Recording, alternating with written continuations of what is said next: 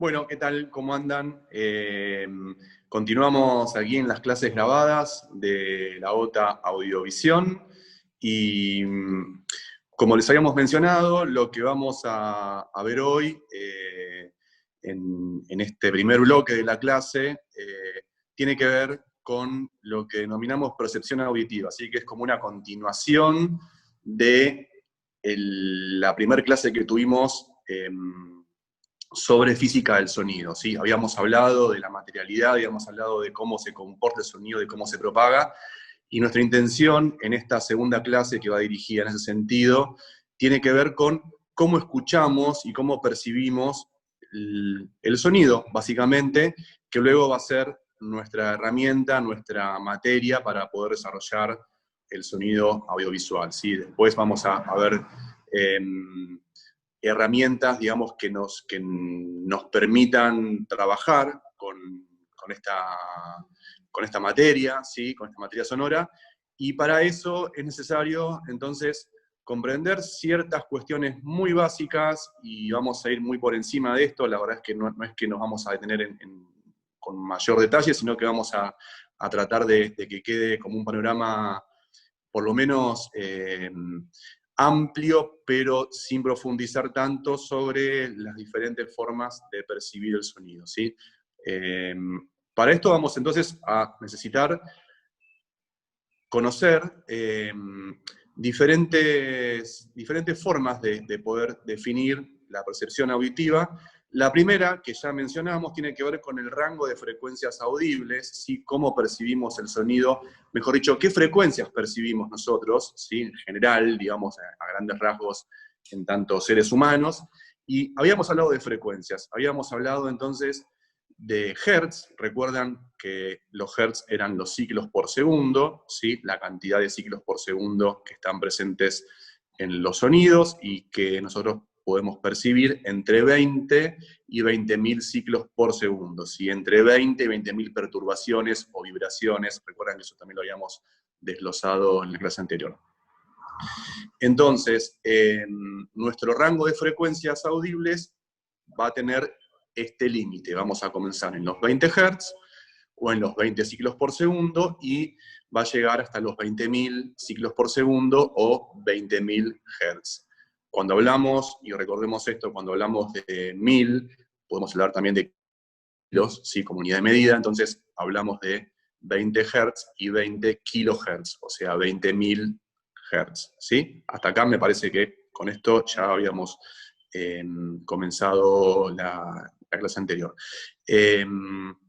Bien, ¿qué sucede entonces con este rango de frecuencias que estamos exponiendo? ¿Cómo lo percibimos? Bueno, ¿qué relación hay en cuanto a las frecuencias, en cuanto a los hertz?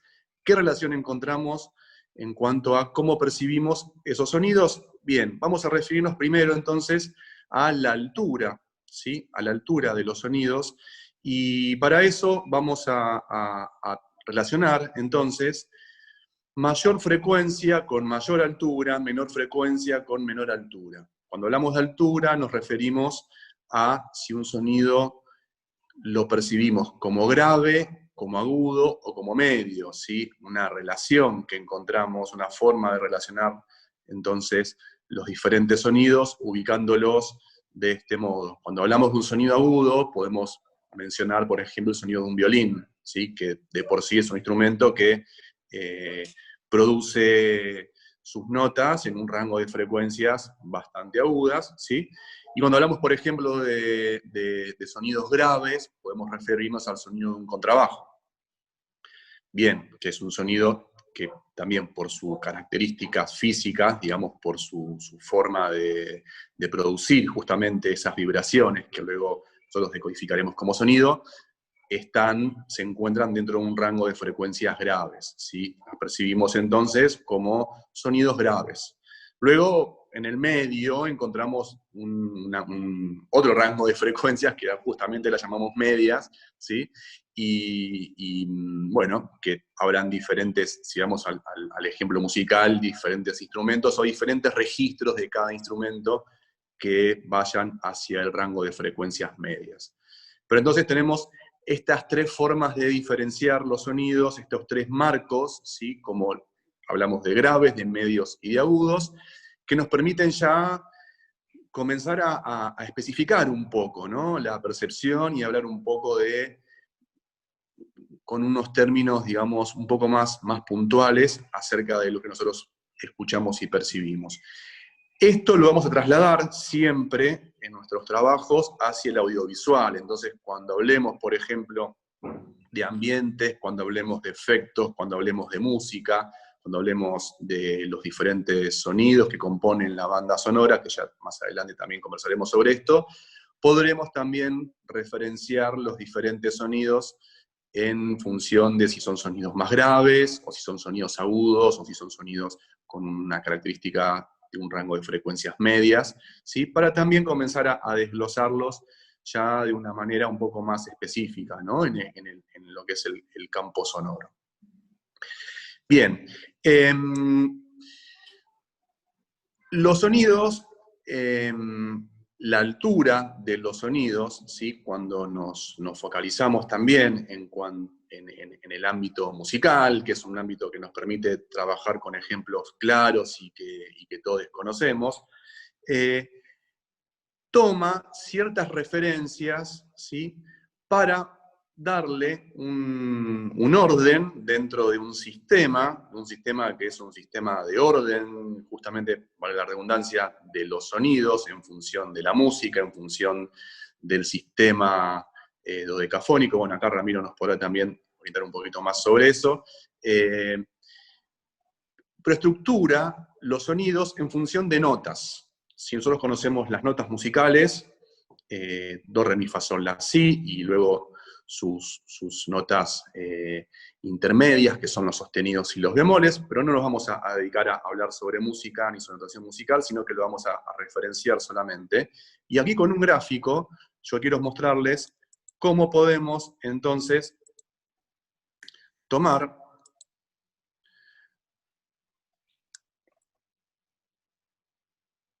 aquí está, las diferentes frecuencias, que aquí las podemos ver en esta línea, donde están los hertz, ¿sí?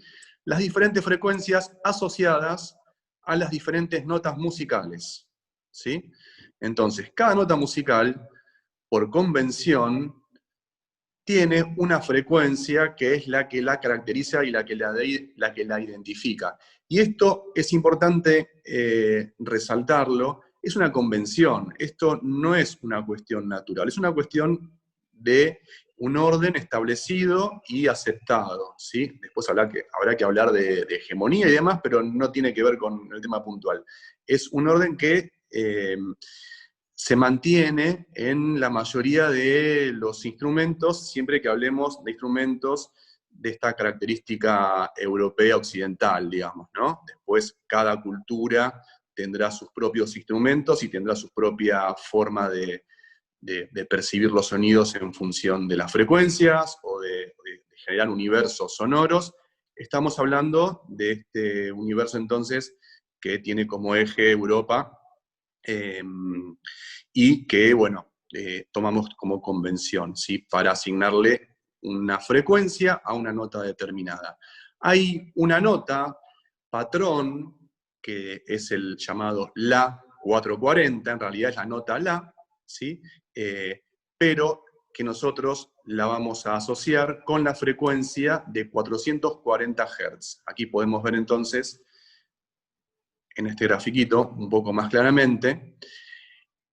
Aquí vemos que dice A440. Bueno, esto se debe a que en el cifrado americano, que es una forma de representar estas notas do, re, mi, fa, sol, la, si, do, por letras, ¿sí?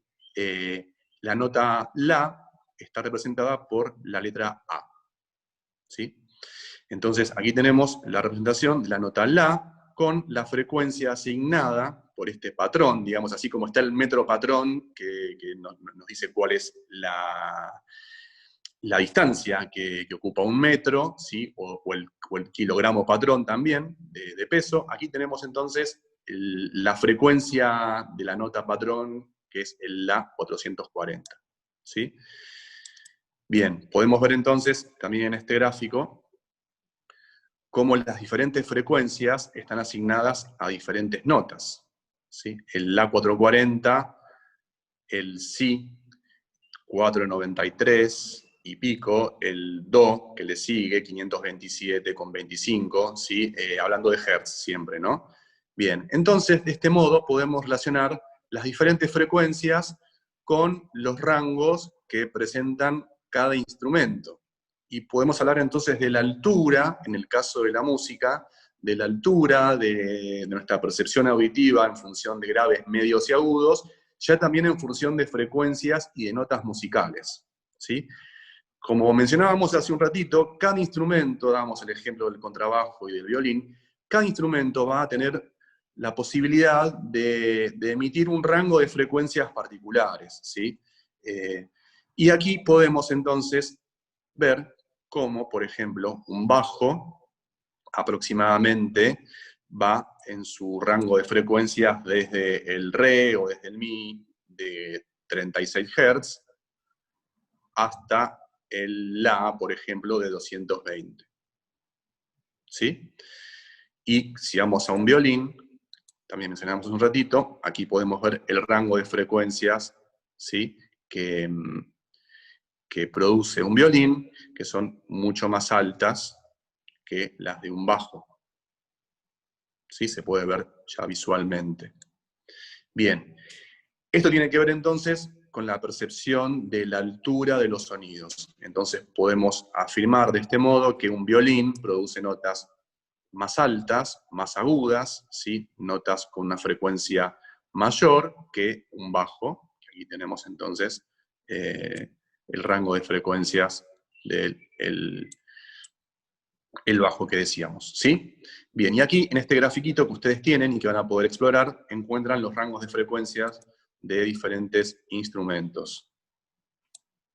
¿Sí? Aquí podemos entonces ver una guitarra, por ejemplo, cuál es el rango de frecuencias en el que se extiende.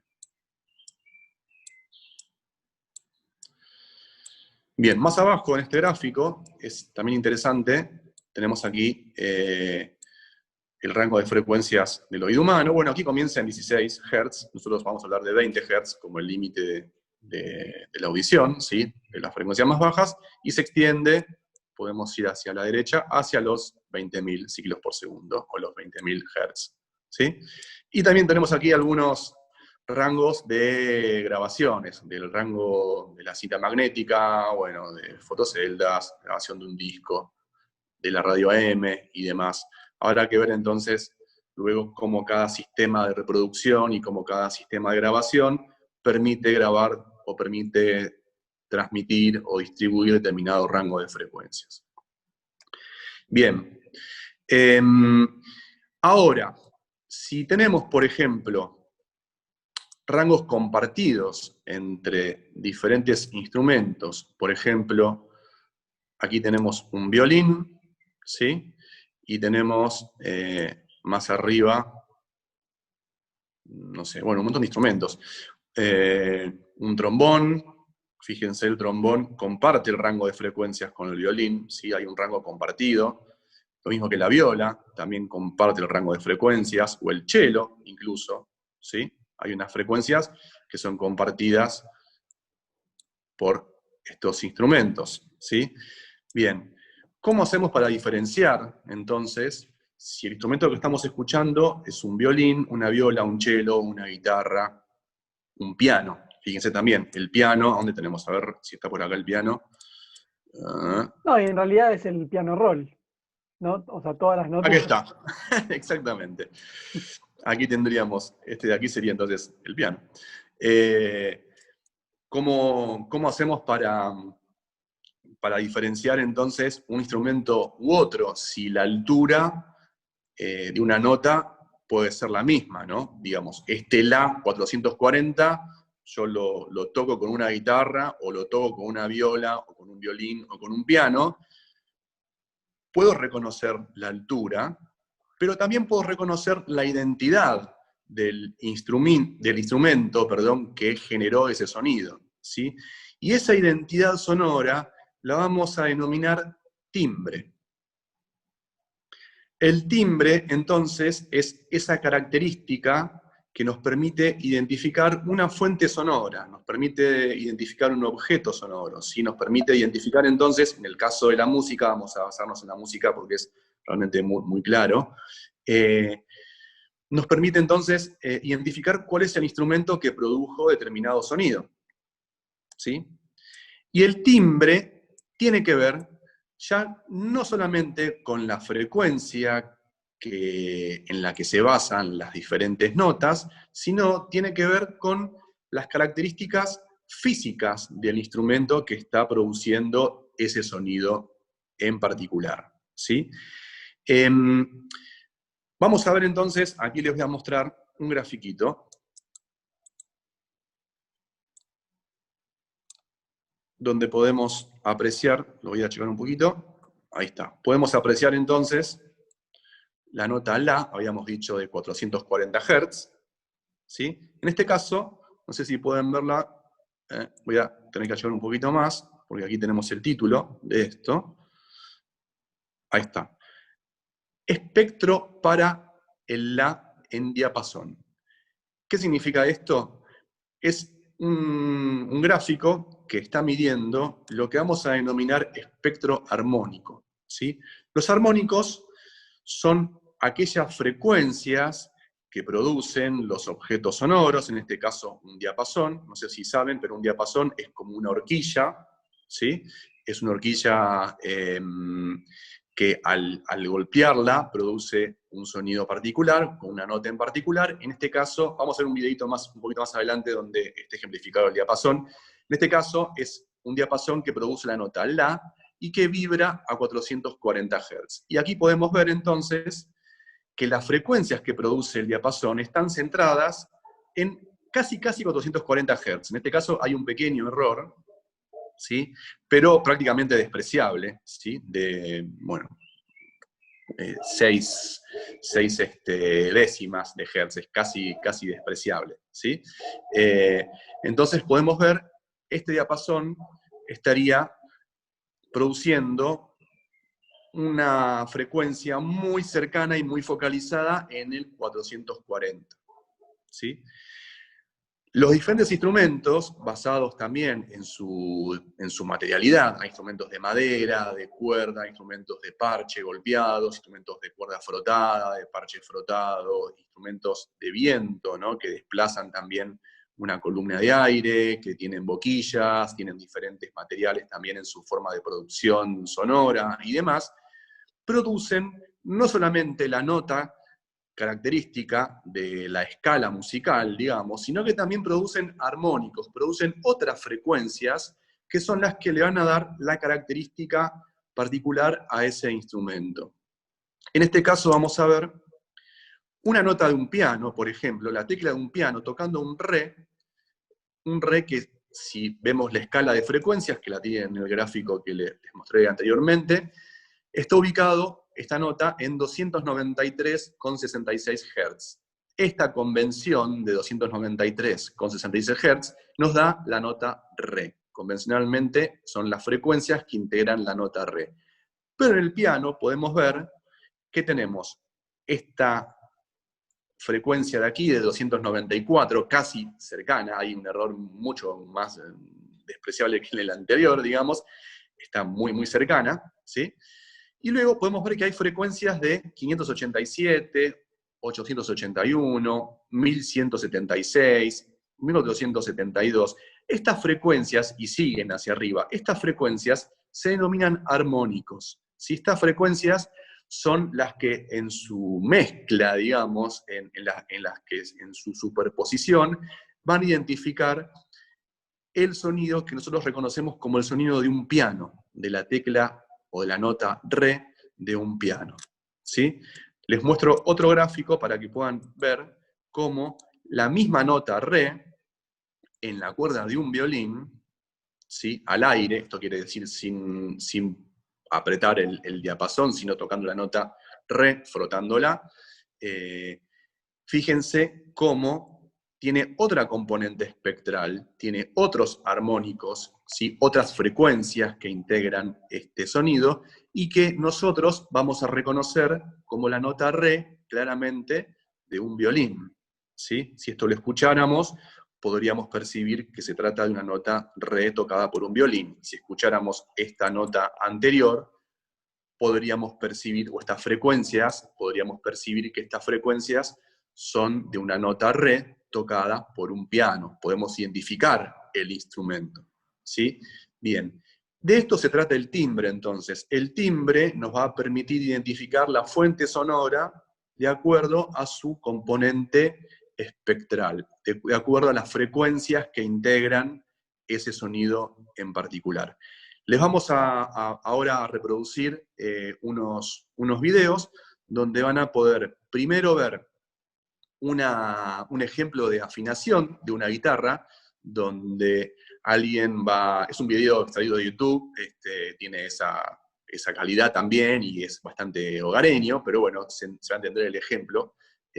Van a ver cómo alguien golpea un diapasón, van a reconocer ahí el diapasón, tocando entonces con ese diapasón o agitando esta frecuencia en 440 Hz, y luego van a escuchar cómo esa misma persona afina una cuerda de la guitarra con esa referencia del diapasón, tratando de acercarse a los 440 Hz. Lo interesante de esto es que vamos a reconocer la misma nota, pero con dos fuentes distintas, ¿sí? Una la del diapasón, como nota patrón, y otra la de la guitarra, y claramente se va a identificar que una nota es la de la guitarra y que la otra fue producida por un diapasón, por esta cuestión que estamos aquí explorando acerca del timbre. Luego también van a ver unos videitos de unas escalas ejecutadas con una guitarra, con un cello y con un piano, ¿sí? Donde van a poder reconocer también la misma escala, la del cello se extiende un poquito más, pero van a poder reconocer la escala de do mayor, ejecutada con diferentes instrumentos, van a reconocer las mismas notas, la misma altura, pero diferentes timbres, ¿sí? Esto es lo que nos interesa resaltar entonces de este primer tramo, cuando hablamos entonces de altura y de timbre. Bueno, aquí van los videos entonces.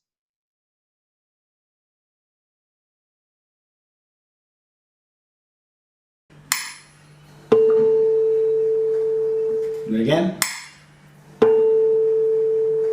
That is the A on the 5th fret of the 1st string. When this sound and this sound coincide, that's when we have the 1st string tuned.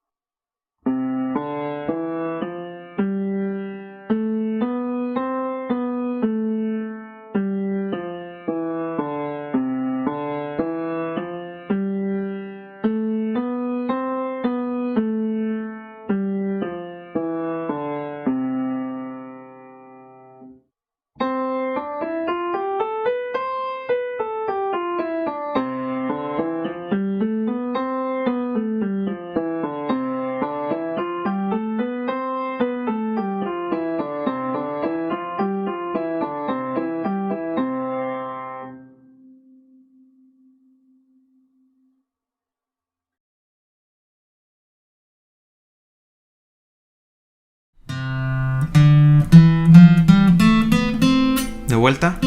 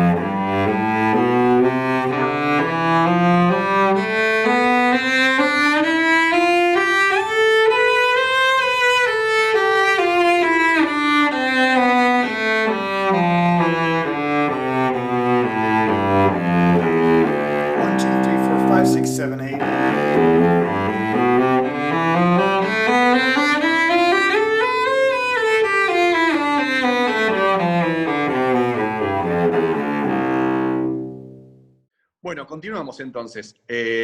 Pudieron entonces escuchar los ejemplos, ¿sí?, de los diferentes instrumentos ejecutando o notas similares, ¿no? Hay algunas escalas que se tienen un poquito más, pero las mismas notas o compartiendo en las diferentes alturas, ¿no?, que percibimos en cuanto a las notas, y cada instrumento con su propia particularidad tímbrica, ¿no?, con su propio timbre, con su propia identidad sonora. Vamos también a llevarlo hacia ese lado.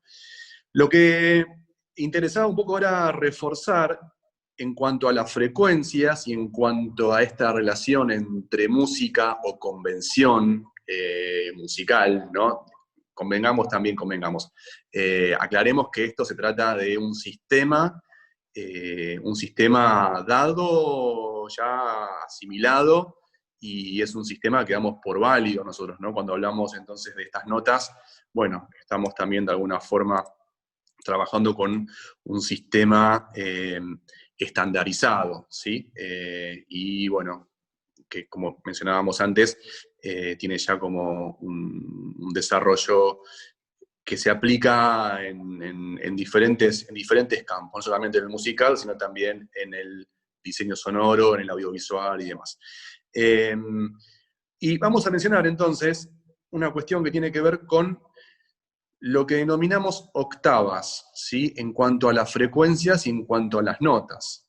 Nosotros percibimos entonces el La 440, el La que vibra a 440 Hz, ¿sí? Lo percibimos entonces como la nota La. Sin embargo, ustedes pueden ver que hay varias notas La repartidas a lo ancho, digamos, del rango de estas notas, de este piano roll, como les mencionaba Lucho, de las frecuencias, ¿sí? Y podemos entonces ya sacar algunas conclusiones. Por ejemplo, ¿qué sucede con este La 4, que es el La 440, y con el siguiente La, que es el La 5, que está en la frecuencia 880, vibra a 880 Hz? Bueno, podemos entonces deducir que se encuentra, o que esta frecuencia es el doble de la frecuencia 440, ¿sí? ¿Y qué sucederá entonces con el doble también de esta frecuencia de 880 Hz? Nos encontramos por aquí, ¿sí? 1760. Bien, vibra al doble, o sea, tiene el doble de frecuencias que este La 5, este La denominado La 6. Bueno, esta convención también de denominar en cuanto a la nota con un número, tiene que ver con la ubicación, ¿sí?, en el rango de frecuencias audibles. Bien, lo que entonces podemos ver es que esta nota, La 440, se va a repetir luego, y vamos a percibirla como la misma nota, pero en una altura distinta.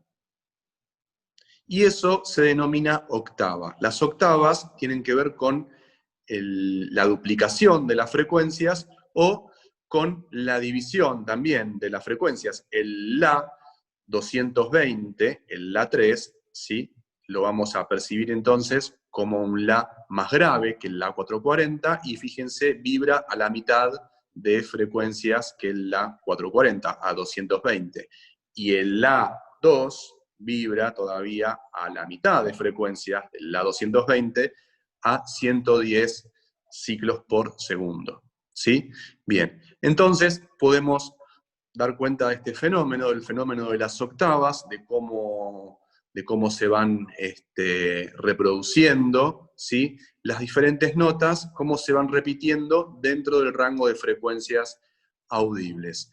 Y aquí también hay algo curioso para señalar, y es que el rango de frecuencias que nosotros estamos señalando en cuanto a la notación musical, en este caso termina con el Re 8, ¿sí? Y comienza, aquí no puedo ver bien, con el La 0.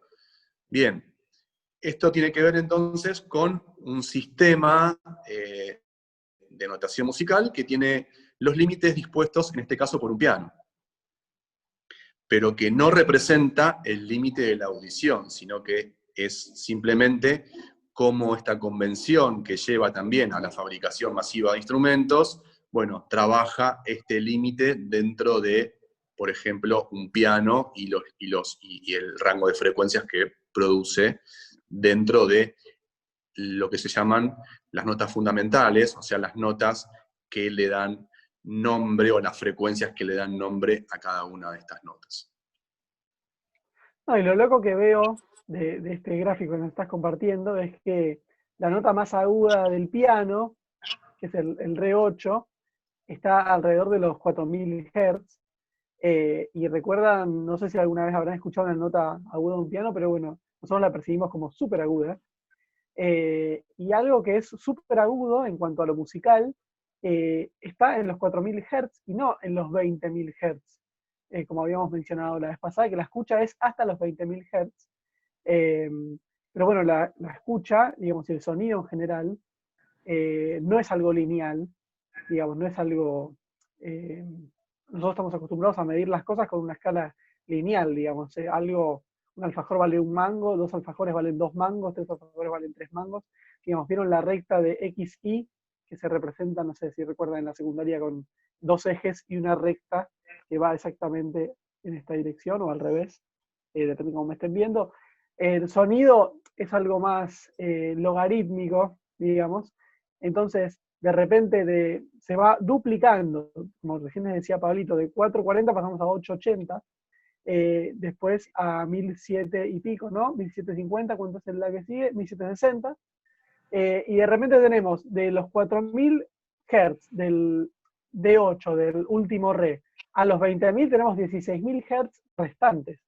Pero no quiere decir que vamos a escuchar un montón de res más y que de repente nos quedan como 16000 Hz de changüí, no hay muchos más res audibles, porque de 4000 vamos a 8, y de 8 vamos a 16, y ahí se acabó la escucha, digamos.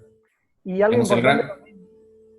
el rango de frecuencias es muy amplio y se restringe quizás en este sistema temperado, ¿no? Del sistema digamos, que establece Pablo, ¿no? Acá, que nos muestra Pablo, que viene del campo musical, digamos, es como más restringido, ¿no? En cuanto a la cantidad de frecuencias que somos capaces de escuchar, ¿no? Entonces, digamos, uno puede categorizar el sonido como grave y agudo sobre esta escala, pero sabemos que si es la nota más aguda del piano, llega hasta una parte del espectro que es muchísimo más amplio, ¿no? Eso es lo que quiere decir Lucho, ¿no? Gracias por traducirme, Ramiro. Y algo que decía Pablo hace un rato era de que, bueno, esta es la nota fundamental, que también es importante, digamos, mencionar que en el rango audible, ahí está, digamos, hay varios armónicos, además de la fundamental, ¿no? Este re está en 293 Hz, pero tiene un montón de armónicos, más arriba también. Pero fíjense cómo van muriendo los armónicos de este re que es el re 4, ¿no? 293. O el re 3. Creo que es el re 3, pero ahí está. Sí, el re 3. Claro, bueno, tiene un montón de armónicos. No, perdón, re 4, tenés razón, el re 4. Ah, 293, perfecto. Tiene un montón de armónicos que se escapan de la fundamental, pero que llegan hasta 2000 y pico. Entonces digo, bueno, a veces uno tiene la fantasía de que de repente, no sé, la voz humana, si escuchamos de 20 a 20.000, entonces la voz humana debe estar en los 15.000 Hz. Y en realidad 15.000 Hz es un agudo agudísimo. Aquí hay un ejemplo de este re, de 293 Hz, producido por una voz femenina con una vocal E, cantando la vocal E. Y podemos ver entonces también, ¿sí?, el rango de frecuencias que integran los armónicos para reconocer esta voz en particular, ¿no? No es toda voz femenina, ¿sí?, o toda voz masculina o lo que sea, digamos. Cada voz en particular tiene también un rango de frecuencias que la componen y que nosotros podemos percibir entonces para identificar esa voz en particular, ¿sí? Por eso identificamos inmediatamente quién está hablando de acuerdo al timbre de su voz, no de acuerdo a la nota que está cantando o que está emitiendo, ¿sí? Ya sea la voz hablada también emite notas, podemos también hablar de eso más adelante, pero la reconocemos en función del timbre, ¿no? Así como reconocemos un violín, o reconocemos una guitarra, o reconocemos, no sé, una guitarra, no sé, ahora falleció Van Halen, se me vino a la cabeza, reconocemos el timbre de la guitarra particular de Van Halen y reconocemos el timbre de la guitarra particular de Hendrix, qué sé yo. Y sabemos Sí, quiénes o son una los... guitarra criolla y una guitarra eléctrica, se me ocurre. Exactamente. Entonces, digamos, eso tiene que ver con la identidad sonora, ¿sí? Con la identidad sonora de cada fuente. Bien. En consecuencia del componente armónico, ¿no? De la señal. Exactamente. Exactamente. Y esto después lo vamos a ver aplicado a las diferentes posibilidades narrativas de nuestra banda sonora, ¿sí? Banda sonora no en función de música, sino en función del sonido total del audiovisual. Bien, bueno, avanzamos un poquito más, así completamos entonces lo que tenemos pensado para este bloque, y tiene que ver con, ya hablamos de la frecuencia, ya hablamos de la altura, ya hablamos de cómo reconocemos aquellas fuentes sonoras en tanto timbre, y vamos a hablar un poquito de intensidad, ¿sí? Al volumen que nosotros percibimos el sonido. Esto un poquito sucedió en la clase pasada cuando hablamos de frecuencias y escuchamos un ejemplo de un tono de 200 Hz y luego escuchamos un tono de 1 kHz, ¿recuerdan? De 1000 Hz. Y el comentario general era, bueno, el de 1000 Hz me voló la cabeza, se escucha muy fuerte en relación al de 200. Bien, sin embargo, ambos tonos tenían el mismo nivel, ¿sí? El mismo nivel de señal, pero nosotros lo percibíamos de una forma distinta, de un modo diferente. Esto fue estudiado y está ejemplificado con este gráfico de aquí, ¿sí? Que trabajaron Fletcher y Munson, y que nos da cuenta de la sonoridad. Vamos a hablar de sonoridad entonces. Vamos a verlo muy por encima, muy rápidamente, y vamos a ejemplificarlo de este modo. Cada una de estas líneas continuas nos indica la intensidad o el volumen, el nivel de presión sonora, los decibeles SPL o de presión sonora, que eso lo vimos la semana pasada, necesarios para percibir las diferentes frecuencias con la misma sonoridad. Nosotros necesitamos determinados volúmenes, digamos, de presión sonora, niveles de presión sonora, ¿sí? Determinada energía acústica, para poder percibir las diferentes frecuencias que componen el rango de frecuencias audibles. Si seguimos esta curva, vamos a ir con la más bajita, de aquí, que es la más extrema. Para percibir frecuencias que rondan los 20 Hz, necesitamos emitir un sonido que ronde los 70 decibeles SPL, o sea, que suene bastante fuerte para poder percibirlo. Para percibir, si seguimos esta línea, aquí, un sonido que ronde los 200 Hz, vamos a necesitar un sonido, digamos, una producción acústica, un sonido en el aire, ¿sí? Que ronde los 20 decibeles SPL. Este es el umbral de la audición, es para poder apenas percibirlo, ¿sí? Nosotros, a un sonido de 200 Hz, que se encuentre en el orden de los 20 decibeles SPL, o sea, que suene a 20 decibeles en el aire, lo vamos a percibir con la misma sonoridad que un sonido de 20 Hz de 70 decibeles SPL. Esto quiere decir que para percibir con la misma intensidad un sonido de 200 Hz y un sonido de 20 Hz, yo necesito diferente nivel de presión sonora, necesito diferente intensidad, ¿sí? Un sonido más fuerte en frecuencias bajas y un sonido que no sea tan intenso en frecuencias de, bueno, en este caso, de 200 Hz. Si no vamos a hablar de bajas ni de altas, sino que vamos a hablar ahora de frecuencias, ¿sí? Y fíjense, para percibir un sonido de 1000 Hz, que fue el que ustedes notaban que le sonaba mucho más fuerte, necesitamos mucha menos presión sonora, ¿sí? Siguiendo la misma línea continua, ¿sí? El sonido entonces de 1000 Hz requiere mucha menos presión sonora que un sonido de 200 Hz y que un sonido de 20 Hz. Esto lo van a poder comprobar cuando escuchen. Ahora les vamos a también a pasar dos videitos con dos tonos, un tono de 200 Hz y un tono de 1000 Hz o de 1 kHz. Esto lo van a poder percibir entonces. Por favor, bajen el volumen y vayan de sus reproductores y vayan subiéndolo de a poquito, ¿sí? A medida de que, para que estén cómodas con la escucha y que no les suene demasiado fuerte.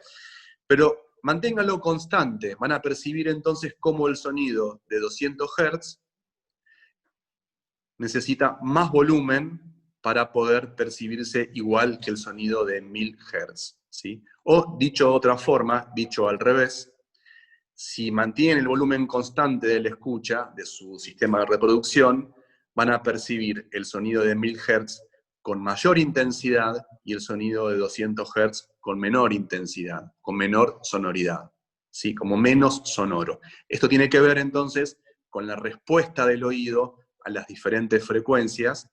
Podemos ver que el oído entonces es más sensible en un rango de frecuencias que va aquí en el orden de los 200 hasta los 5000 y pico, ¿sí? Y luego vemos que el oído necesita mayor presión sonora, mayor intensidad para poder reconocer estas frecuencias que están tanto en el extremo más grave como en el extremo más agudo o el extremo más alto y más bajo del rango de frecuencias audibles, ¿sí? Esto se debe también a que nuestro oído se focaliza, por sobre todo, en el rango de frecuencias que producen la voz humana, que están dentro de este rango de frecuencias, ¿sí? Como sus fundamentales y después armónicos y demás, ¿sí?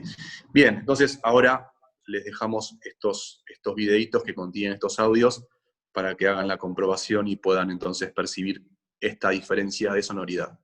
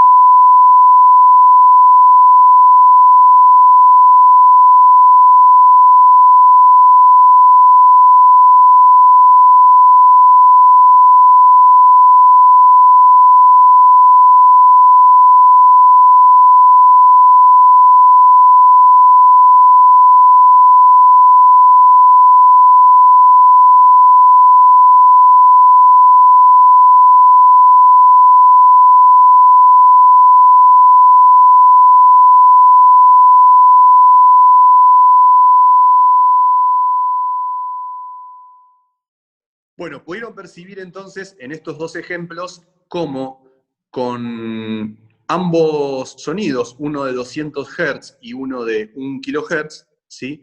Con el mismo nivel de reproducción, percibimos diferente sonoridad.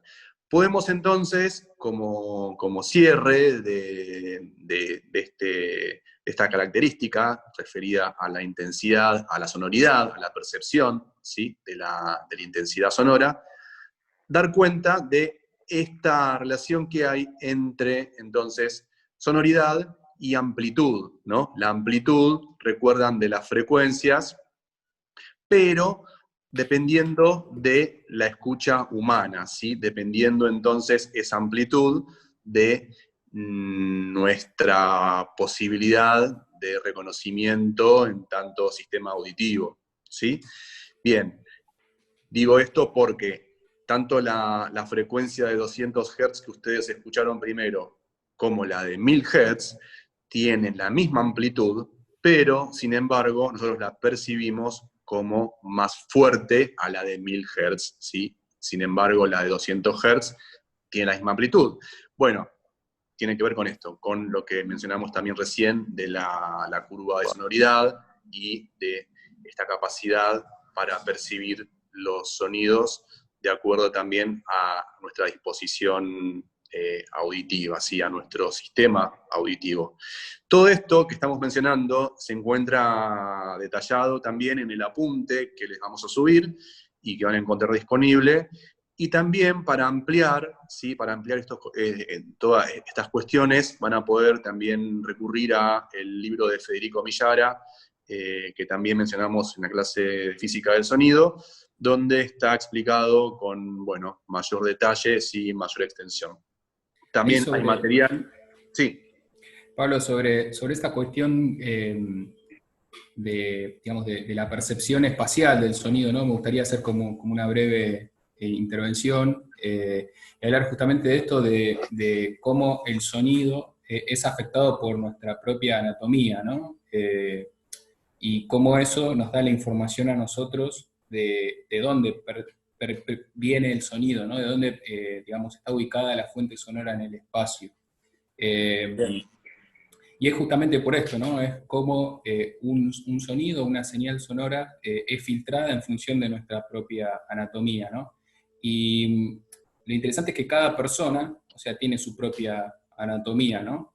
Todos tenemos tamaños de cabezas distintos, todos tenemos distinta distancia entre orejas, ¿no? Y distintas distancias de oreja a hombro. Sin embargo, cuando nacemos, aprendemos a escuchar, ¿no?, en función de cómo es el sonido afectado con nuestra contextura física, ¿no? Además de la cabeza, los hombros, ¿no?, la nariz, la cara, nuestro pabellón auricular, ¿no?, que tiene una forma muy extraña, ¿no?, y que, digamos, está como diseñado específicamente para, justamente, ¿no?, que nosotros nos ubiquemos espacialmente y podamos percibir de dónde vienen los sonidos. Hay dos fenómenos que me gustaría, digamos, graficar ahora con una presentación, que es, uno se llama la diferencia interaural de tiempo y otro se llama diferencia interaural de nivel. A ver, voy a compartir pantalla para mostrarlos. Bien. ¿Se ve ahí? Ahí se ve. Perfecto. Tenemos.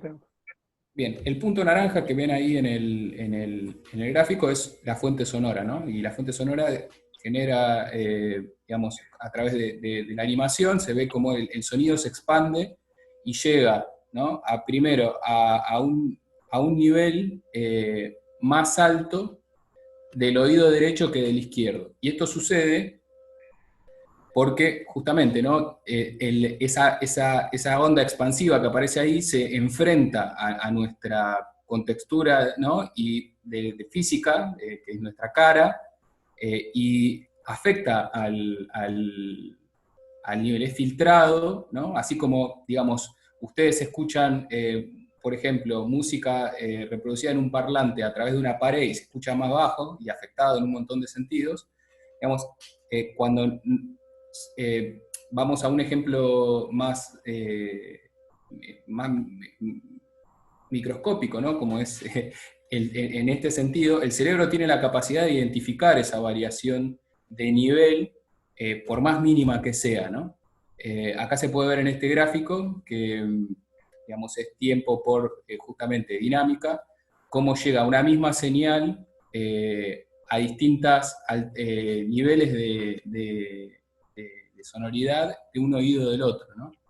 Y esto es básicamente por cómo es el sonido afectado por nuestra contextura física, ¿no? Lo mismo sucede con la diferencia interaural de tiempo, ¿no? O sea, ese mismo sonido, así como es filtrado, ¿no? por nuestra cabeza, llega a una distancia, o sea, llega primero al oído derecho que al oído izquierdo, ¿no? En el gráfico. Eso ya es una cuestión temporal también, ¿no? O sea, además del filtro que aplica en el nivel, hay una cuestión temporal, ¿no? Que llega primero, que son milisegundos, ¿no? Acá en el gráfico se pueden ver, digamos, una fracción de tiempo muy, muy, muy corta. Sin embargo, el cerebro se da cuenta de esa fracción de tiempo y nos da la información a nosotros de que hay una persona hablando a la derecha nuestra, ¿no? O atrás nuestra, o arriba. Digamos, estos dos fenómenos que digamos, suceden naturalmente, sumado, ¿no? A toda la contextura, ¿no? Digo, la oreja, la cabeza, ¿no? Filtran el sonido también, y nos dan la ubicación espacial de las fuentes sonoras, ¿no? Entonces, esto, digamos, es una cuestión natural que nosotros, como decía en un principio, cuando nacemos aprendemos a escuchar, ¿no? y a sobrevivir de alguna manera con este recurso natural. Digamos, en otras especies pasa de otra manera. Por ejemplo, la otra vez leía una mosca que habían estudiado que tiene la misma capacidad, ¿no? La diferencia interaural, digamos, puede escuchar con este fenómeno, no puede ubicar las fuentes sonoras en el espacio con este fenómeno. Y uno piensa a una mosca como algo muy chiquitito, ¿no? Y cómo hace, cuál será esa fracción de tiempo, ¿no? Para interpretar una señal en dos instancias, ¿no? De nivel o de tiempo. Y bueno, el cerebro de ese ser vivo, digamos, se adaptó, ¿no? a esa lógica, ¿no? Y aprendió de alguna manera a percibir los sonidos en base a estos fenómenos.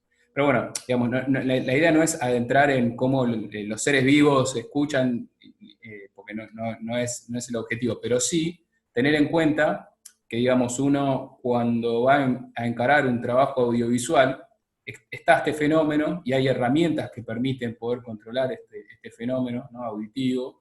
Y de alguna manera uno en el entorno de postproducción, ¿no? En donde uno edita el sonido y demás, tiene que virtualmente, ¿no? Dar esa sensación de escucha. Pensar en estas cuestiones, ¿no? Es interesante decir, bueno, yo entiendo que pasan estos fenómenos con respecto a lo tímbrico, a la intensidad del sonido, ¿no? Al tiempo, ¿no? Y, digamos, a qué herramientas yo puedo recurrir para poder simularlo, ¿no? En un entorno virtual como puede ser una postproducción de una banda sonora, ¿no? De un diseño sonoro, donde uno quizás puede recurrir a herramientas, a procesadores de sonido, ¿no?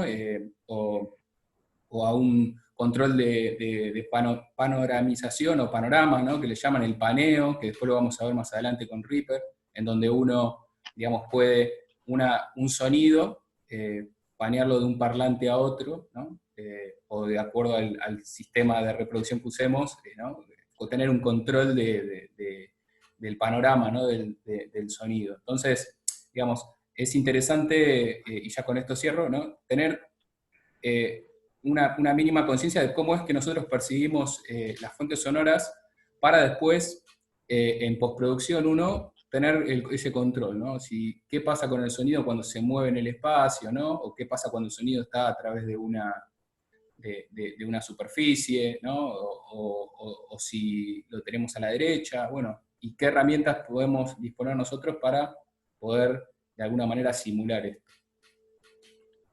Totalmente, totalmente. Todo esto tiene una función, tiene una utilidad, no es simplemente hablar de percepción auditiva per se, sino que tiene que ver con esto, con focalizarnos en lo que después va a resultar el diseño sonoro o la interpretación del sonido, ¿no? Tener herramientas para poder después desglosar cómo escuchamos, cómo percibimos, y no quedarnos en la percepción, sino llevarlo luego hacia lo narrativo, que es lo que también nos interesa desarrollar, ¿no? Llevar la narrativa sonora y entender los mecanismos por los que, o los modos por los que podemos también trabajar los diferentes elementos sonoros en función de esa narrativa.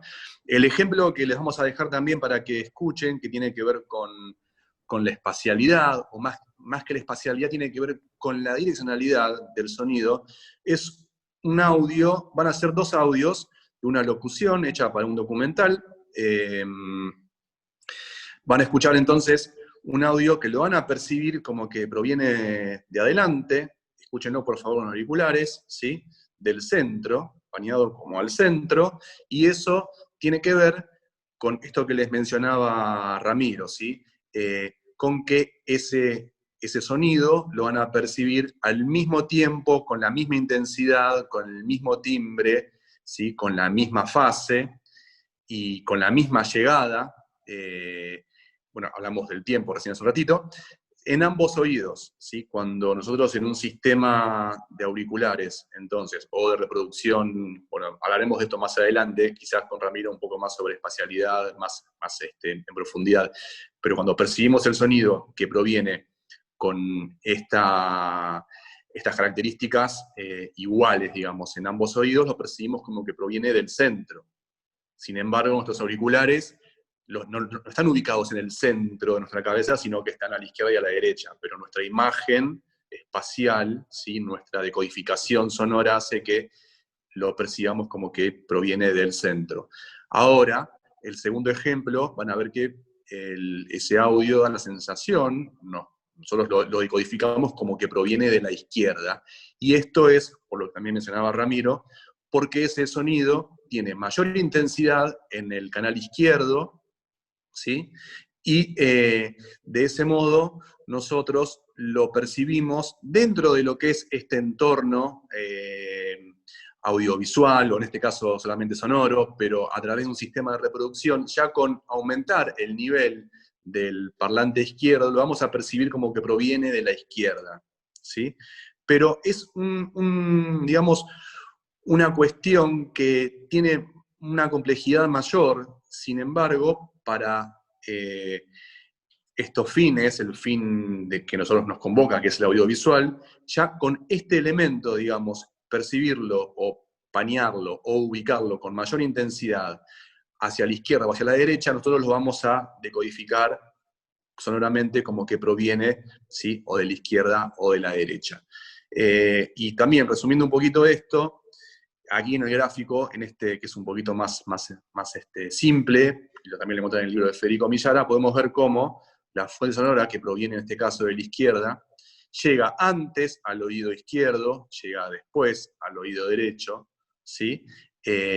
Va a llegar con mayor intensidad al oído izquierdo y con menor intensidad al oído derecho, y va a llegar directamente con todo su rango de frecuencias intacto al oído izquierdo y filtrado por la sombra acústica que produce la cabeza y además por la transmisión ósea y demás, al oído derecho, ¿sí? Entonces, estas variables también infieren y tienen que ver con la direccionalidad en el medio sonoro, ¿sí? Vamos a también hablar de cómo reproducimos eso y de cómo logramos también lo que les comentaba Ramiro, que es finalmente el verosímil, ¿no? Dar cuenta de. Nosotros estamos haciendo de cuenta de que está sucediendo eso, pero lo que estamos en realidad es narrando con sonidos, ¿sí?